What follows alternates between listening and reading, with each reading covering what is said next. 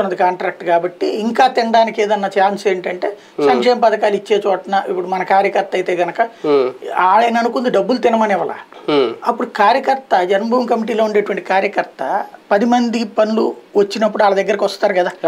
వచ్చి రావడం ద్వారా వాళ్ళకి ఆ పని చేసి పెట్టి వాళ్ళతో మెప్పు పొందుతారు తద్వారా రేపు వాళ్ళు ఓట్లు తెచ్చుకోగలరని ఆయన వేశారు పాప ఆయన మంచి కోసం అని చెప్పేసి చేస్తే వీళ్ళు ఆడి దగ్గర అంత డబ్బులు వసూలు చేసుకుని పెన్షన్ ఇవ్వడానికి ఎంతని దానికని దీనికని మింగేసేటప్పటికి దాని పరిణామం చంద్రబాబు దెబ్బడు చంద్రబాబు మంచి ఉద్దేశంతో ఇచ్చింది వీళ్ళు మిస్యూజ్ చేశారు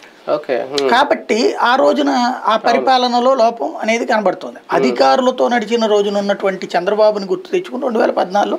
ఓట్లేస్తే మొదటిసారి అధికారులందరినీ పక్కన పెట్టి చేసుకొచ్చారు దాని పర్యవసానం ఆయన ఫేస్ చేశారు ఇప్పుడు అధికార యంత్రాంగం జగన్ మాట వింటున్నారు ఇప్పుడు ఇందులో ఏంటంటే ఒకటి అతి ప్రచారం చేసుకున్నారు తప్పించి ఏదో ఆగిపోతుంది అనేటువంటి ఇప్పుడు సభ ఉంది జగన్మోహన్ రెడ్డి సభ అంటే ఇవాళ ముఖ్యమంత్రిగా ఉన్నాడు కాబట్టి ఎక్కడైనా మాట్లాడచ్చు ప్రతిపక్షంలో ఉన్నప్పుడు పర్మిషన్ లేకుండా మాట్లాడినిచ్చావా ఎయిర్పోర్ట్లో ఆపేసి ఎట్టానికి పంపించావు లేకపోతే కనుక నిరాధ్యక్షలు చేసినప్పుడు ఏమన్నా వదిలేసావా లేదు కదా ధర్నాలు ఏమన్నా ఆపేసావా ఇది జరగనిచ్చావా లేదు కదా ప్రతిపక్షంలో ఉన్నప్పుడు నువ్వైనా అంతే చేస్తావు వాస్తవంగా అయితే గనక ఓ ధర్నా చౌక్ పెట్టి అక్కడ చేయాలనుకున్నారు అక్కడ వరకు చేయనిస్తే సరిపోతుంది కదా లేదు కదా అట్లాంటి గొడవలు నడిచినాయి ఇప్పుడు ఏమవుతుంది వీళ్ళని అట్లాగే ఆపుతున్నారు